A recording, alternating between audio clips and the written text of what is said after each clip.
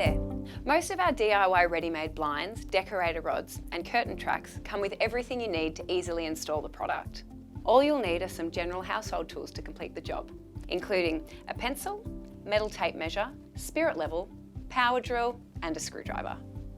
Each pack will generally contain the fixtures and fittings along with instructions needed to DIY install the product at home.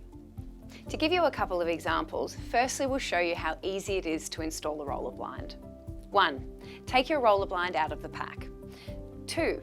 Take the brackets and mark where to drill the holes at the correct distance apart and level. 3.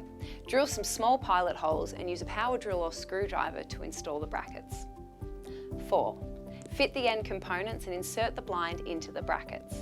5. Fit and secure the child safety device. Blind is good to go. Simple as that. Secondly, we'll show you how easy it is to install a decorator rod. 1.